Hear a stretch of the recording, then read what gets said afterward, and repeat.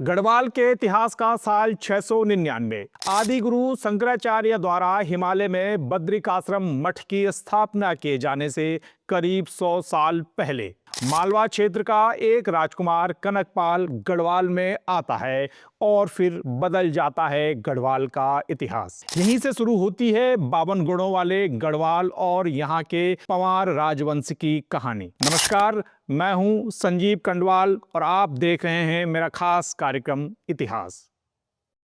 उत्तराखंड के इतिहास में कई ऐसे स्थान हैं जो केवल भौगोलिक स्थल नहीं बल्कि पूरे क्षेत्र की राजनीतिक और सांस्कृतिक यात्रा के भी साक्षी रहे हैं। गढ़वाल के इतिहास में ऐसा ही एक महत्वपूर्ण स्थान है चमोली जिले में स्थित चांदपुर गढ़। आज यह स्थान भले ही एक शांत खंडहर के रूप में नजर आता हो, लेकिन कभी यही चांदपुर गढ़ गढ़वाल की सत्ता और प्रशासन का प्रमुख केंद्र हुआ करता था। ऐतिहासिक और पुरातात्विक साक्ष्यों के मुताबिक मालवा के राजकुमार कनकपाल जब गढ़वाल में पहुंचे तो गढ़वाल के तत्कालीन भिलंगगढ़ के गढ़पति सोनपाल ने अपनी एकमात्र पुत्री और उत्तराधिकारी का विवाह कनकपाल से कर दिया। इस तरह मालवा से आकर कनकपाल अब भिलंग प्रदेश के गढ़पति बन चुके थे।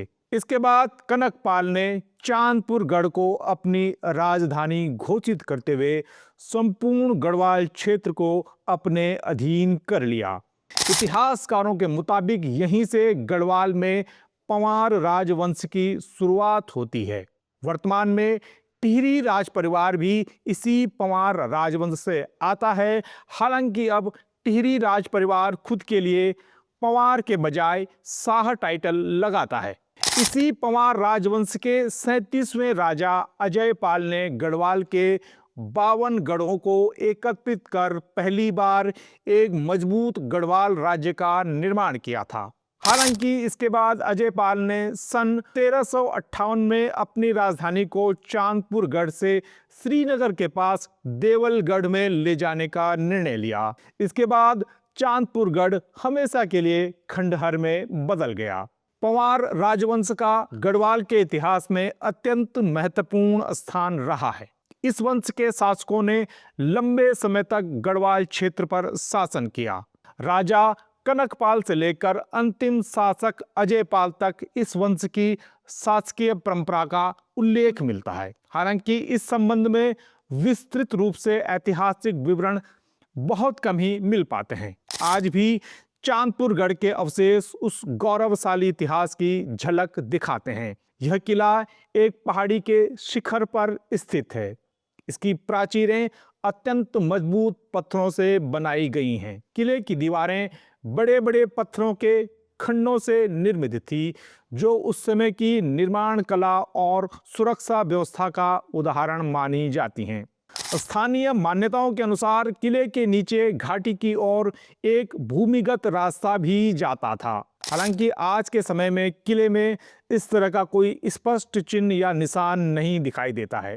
चांदपुर गढ़ की ऐतिहासिक महत्व को समझने के लिए आधुनिक समय में भी शोध कार्य किए जा रहे हैं। भारतीय पुरातत्व सर्वेक्षण विभाग ने यहाँ साल 2004 से 2007 के बीच उत्खनन कार्य करवाया था, जिसमें कई महत्वपूर्ण अवशेष प्राप्त हुए थे। इनमें आवासीय भवनों के अवशेष के साथ साथ लोहे से बने हथियार, तांबे और कांसे के बर्तन तथा मिट्टी के पात्र भी शामिल हैं। ये सभी वस्तुएं उस समय के सामाजिक और सांस्कृतिक जीवन के बारे में महत्वपूर्ण जानकारी प्रदान करती हैं।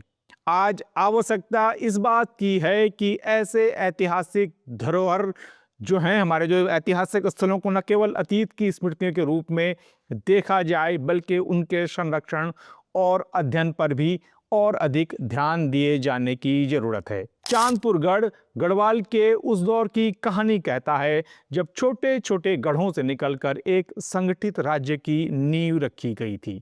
चांदपुर गढ़ उत्तराखंड की ग्रीष्मकालीन राजधानी गैरसैंण से करीब 25 किलोमीटर की दूरी पर आदि बद्री कस्बे के पास स्थित है। इसके 4 किलोमीटर की दूरी पर ही भगवान विष्णु को समर्पित आदि बद्री मंदिर समूह भी मौजूद है।